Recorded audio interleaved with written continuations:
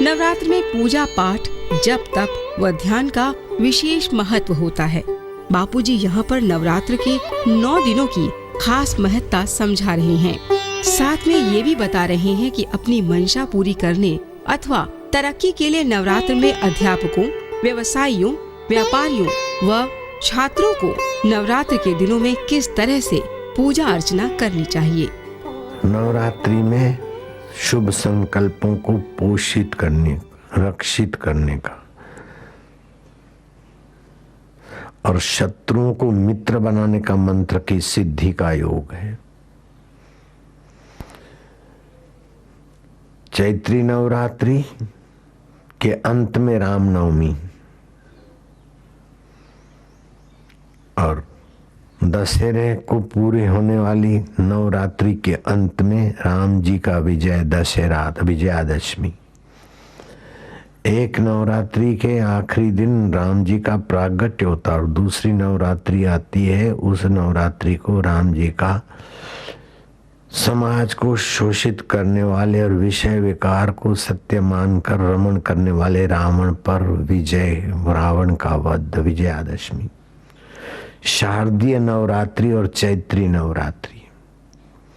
शारदीय नवरात्रि विषय विकारों पर में उलझे हुए पर विजय पाने के लिए, और चैत्री नवरात्रि में राम नवमी अर्थात रचनात्मक जीवन, रचनात्मक संकल्प, राम प्रागट्य के लिए रचनात्मक कार्य करें।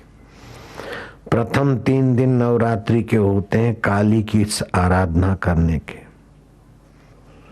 पाश्विक वृत्तियां, पाश्विक आदतें, पिक्चर देखना, पान मसाला खाना, सिगरेट बीड़ी पीना, काम विकार में फिसलना, ये सब पाश्विक वृत्तियों पर विजय पाने के लिए नवरात्रि के प्रथम 3 दिन काली की उपासना है। फिर सुख संपदा वो दूसरा 3 दिन, उस उपासना में लक्ष्मी की उपासना होती है। नवरात्रि के प्रथम 3 दिन काली की उपासना, काले कर्मों की आदत से हम ऊपर उठे। दूसरे 3 दिन हम सफल संपदा के अधिकारी बने, और तीसरे 3 दिन जो नवरात्रि के हैं वो सरस्वती की आराधना उपासना के हैं। हमारे जीवन में सत्यम ज्ञानम अनंतम ब्रह्म, सत स्वभाव, ज्ञान स्वभाव और आनंद स्वभाव का प्रागट्य हो।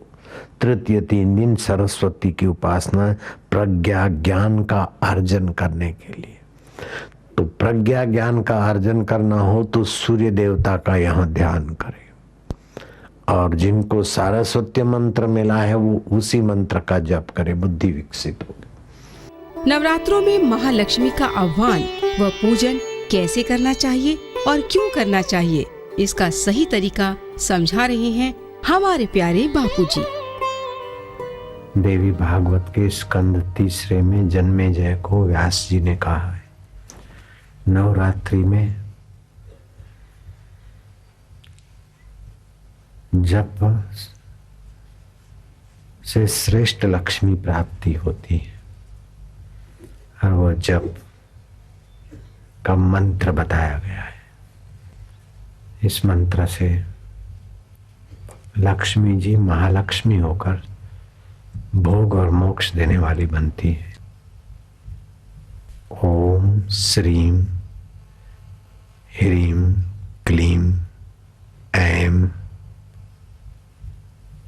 कमलवासिन्यै स्वाहा। सप्तमी, अष्टमी और नवमी, ये 9 दिन के 9 नौरते न रख सके व्रत उपवास पूजन, तो ये 3 दिन व्यास जी ने कहे कि इन 3 दिनों का ही ख्याल रख ले तो भी उसको नवरात्रि का फल प्राप्त होगा। ब्रह्मचर्य का पालन, दिया जलाकर प्राणायाम आदि करके माता की प्रसन्नता, शक्ति की उपासना का ये मंत्र ओम बीज मंत्र है, बड़ा शक्तिशाली है।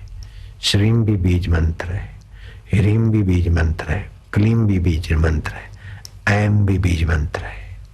1 2 3 4 5 बीज मंत्र है।